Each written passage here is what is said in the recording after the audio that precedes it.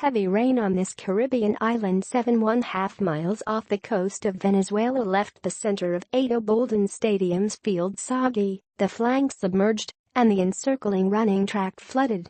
While the team's 10,000 pounds of equipment included 200 boots, 65 balls, 60 rain jackets and 30 cases of Powerade, a Bailey bridge was not in the inventory, so many American players were carried onto the field in an attempt to keep their feet somewhat dry for the final training session before Tuesday's match against Trinidad and Tobago. "I saw the field, and I just kind of giggled," star American midfielder Christian Pulisic said. The Trinidad and Tobago Football Association said in a statement that water will be pumped off the track, and all parties are confident the game will be contested. It said the decision whether to use the field is up to the match commissioner, Hector Canchola of Mexico. Hoisted on his shoulder of trainer Luis Ramirez, defender DeAndre Yedlin said he had not been carried onto a soccer field since he was 3 or 4. "I would love to see one of these hotshot teams from Europe come here and play in our CONCACAF qualifying and really get a taste of this and see what that's about," U.S. coach Bruce Arena said. "This is like survival of the fittest. They could do one of those TV shows on the Rose." A temperature of about 80 is forecast. Arena predicted a slow and sloppy game. If after inspecting the field tomorrow morning the field conditions are not playable, then a decision will be made, U.S. Soccer Federation President Sunil Gulati said. But at this point, absolutely playable. The U.S. would secure its 8th straight World Cup berth with a win, and almost certainly with a tie, because of the Americans' superior goal difference. A defeat would lead to elimination if Panama beats visiting Costa Rica and Honduras wins at home against Mexico in games that start simultaneously. If the U.S. loses and one of those fails to win, the Americans would advance to a 2-match playoff next month against Australia or Syria. If both Central American rivals fail to win, the U.S. would qualify even with a defeat. Losses in home qualifiers to Mexico in November and Costa Rica last month put the U.S. in this precarious position.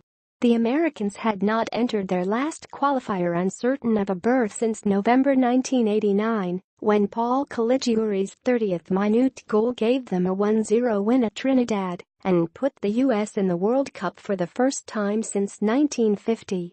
If you want to play in a World Cup, you deal with nights like tomorrow, and you find a way to not only deal with them, but to come out on top in more of them than you don't, American captain Michael Bradley said. Bradley said players will be aware of the other scores, which will determine how much they need to press for goals or fall back. 1,000,000%, Bradley said. How could it not? 28 years ago, the U.S. needed a win and TNT would have reached its first World Cup with a draw.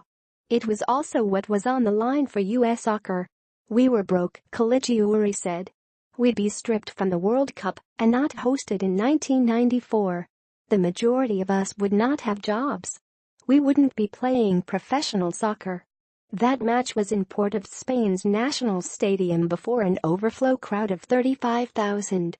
This one is 24 miles south near the world's largest methanol factory, in a 16-year-old, 10,000-capacity venue named after a gold medal-winning Olympic sprinter. Already eliminated, Trinidad has lost 6 straight qualifiers. Using a roster entirely of players under 30, the Soca Warriors changed 8 starters Friday at Mexico and wasted a second-half lead in a 3-1 loss. Pulisic limped off the field during Friday's 4-0 rout of Panama after he was kicked in the back of the left calf by Michael Murillo. He said the calf was improving, but the waterlogged sword limited the U.S. to jogging and some ball work behind the goal. "Couldn't do much at training," Pulisic said. "I got to move around a little bit and, yeah, kind of see where I was at." Along with its statement, the TTFA emailed a photo from the Snow Classic 4 years ago, when the U.S. beat Costa Rica during a storm in Commerce City, Colorado. "Hopefully," Arena said, "it doesn't snow tomorrow." Notes: the referee is Juan Carlos Guerra of Guatemala, who worked the Americans' exhibition against New Zealand last October. A player carrying a yellow would be suspended for a playoff opener if he gets a card Tuesday. Single yellow cards are wiped out if the U.S. qualifies, but an American who gets 2 yellow cards Tuesday or a red would be suspended for a World Cup opener.